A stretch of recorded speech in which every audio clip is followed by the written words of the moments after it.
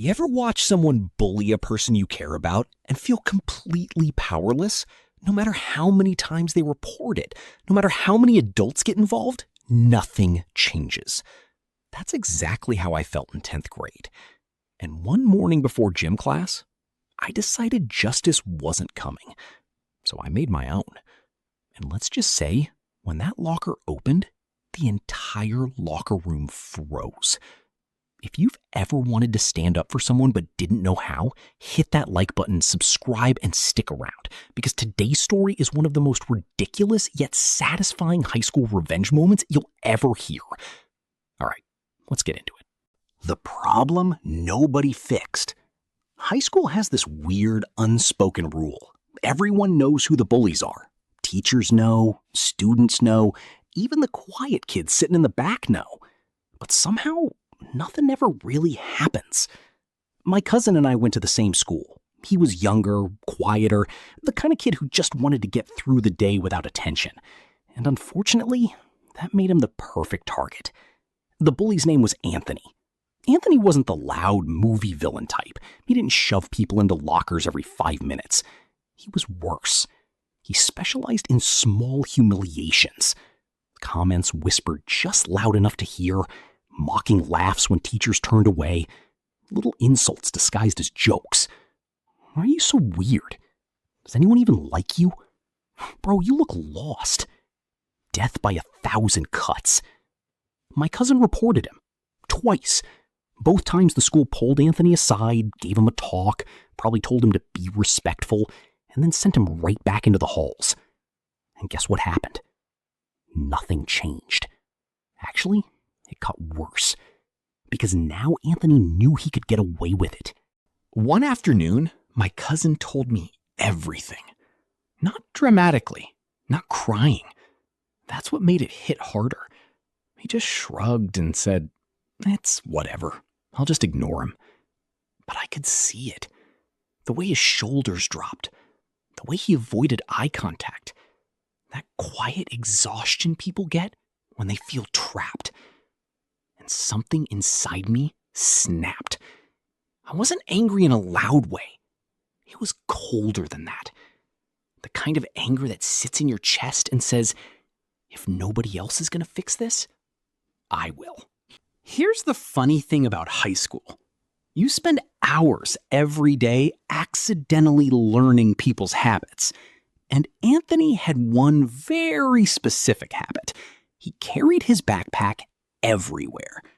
Most students toss their bags somewhere during gym. Not Anthony. He always brought his backpack into the locker room, set it right in front of his locker, and pulled things out before class. Same routine every single time. That's when the idea started forming. Not revenge that would get me suspended. Not fighting. Not reporting him again. Something indirect. Something confusing. Something annoying enough to shake his confidence. And then one morning at school breakfast, inspiration literally sat in my hands. 3 small cartons of milk. 1 chocolate, 2 regular. I remember staring at them thinking, this is either genius or incredibly stupid. I didn't act immediately. Good revenge needs patience. 2 days later, we had gym again. Perfect timing. We walked into the locker room before class like always. Lockers slamming, shoes squeaking on tile, guys yelling across the room. Anthony came in, dropped his backpack in front of his locker, grabbed his gym clothes. Exactly like always. My heart started racing. This was really happening.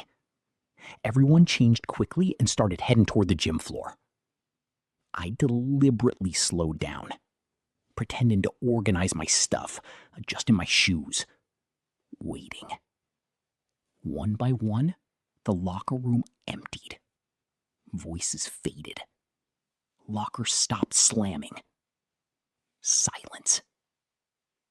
I checked the hallway. Clear. I walked over to Anthony's locker.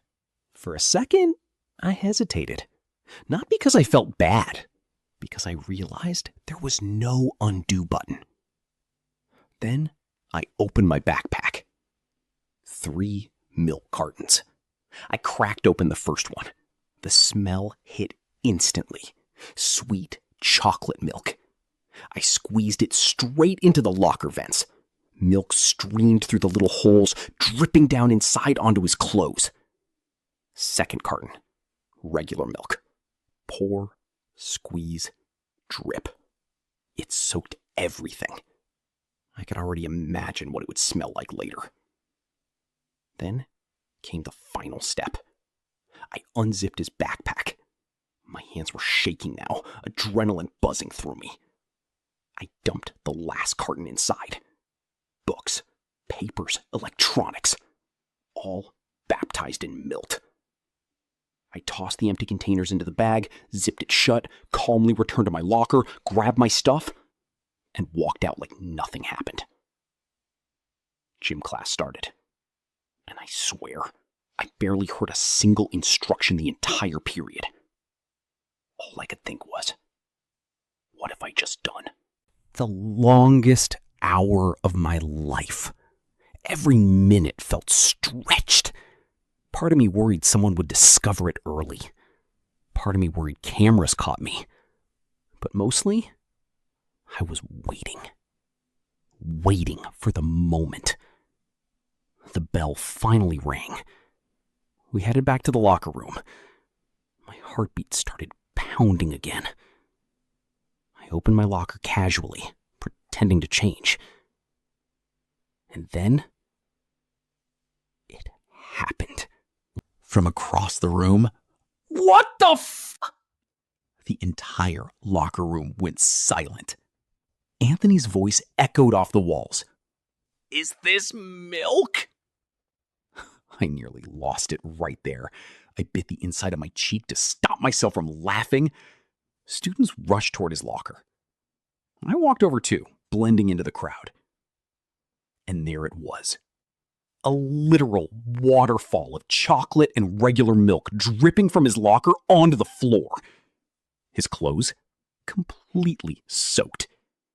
His deodorant cap had fallen off. Ruined. Everything sticky, everything wet. Anthony looked genuinely confused, like reality itself betrayed him. "Yo, who poured milk in my locker?" Nobody answered. Then he grabbed his backpack. As he dragged it away, a wet trail followed behind it. He unzipped it, paused, looked inside, then screamed. "Are you serious? All my stuff is covered in milk, bro!" He pulled out a soaked notebook, milk dripping everywhere. Someone started laughing. Then another. Half the room was crying laughing, while others just stared in shock. Anthony dumped the entire backpack upside down. Folders, papers, a speaker, everything splashing onto the tile floor. His face, I will never forget it. Mouth open, eyes wide. He literally double-checked the bag like his brain couldn't process what he was seeing. Pure disbelief. That's when the gym teacher walked in. He saw 30 students crowded together and pushed through. Then he saw the locker. Milk everywhere. Smell already forming. His expression instantly changed. "All right, nobody leaves. What happened?" Security was called. We were held there for nearly 20 minutes. Questions, suspicion, everyone looking around. My heart was pounding so hard I thought it was audible. But nobody saw anything. Eventually, they let us go. The next day, I got called to the principal's office. That moment when your name comes over the intercom? Yeah, instant panic. They asked if I witnessed anything, if I had any idea who might have done it. I kept my composure, shrugged, said I didn't see anything. And that was it. No evidence, no punishment. Case closed. From that day forward, gym teachers had to stay in the locker room at all times. Here's the part that mattered most. Anthony stopped bullying my cousin. For months. No insults, no harassment, nothing. It wasn't permanent. Eventually, he went back to small name calling. But the power dynamic changed. He wasn't untouchable anymore. Someone had pushed back. And honestly, that's all my cousin needed. Confidence returned. Shoulders lifted. He walked through school differently. And nobody, except my cousin, ever knew it was me. Looking back, maybe pouring milk into someone's locker wasn't the most mature solution, but high school justice doesn't always come from rules or authority. Sometimes it comes from standing up for someone who feels alone. And sometimes karma arrives in 3 small cartons of milk. If this story made you laugh or reminded you of your own school days, hit that like button and subscribe for more wild revenge stories. And tell me in the comments, what's the most satisfying revenge you've ever witnessed? Because trust me, some stories are even crazier than this one. See you in the next video.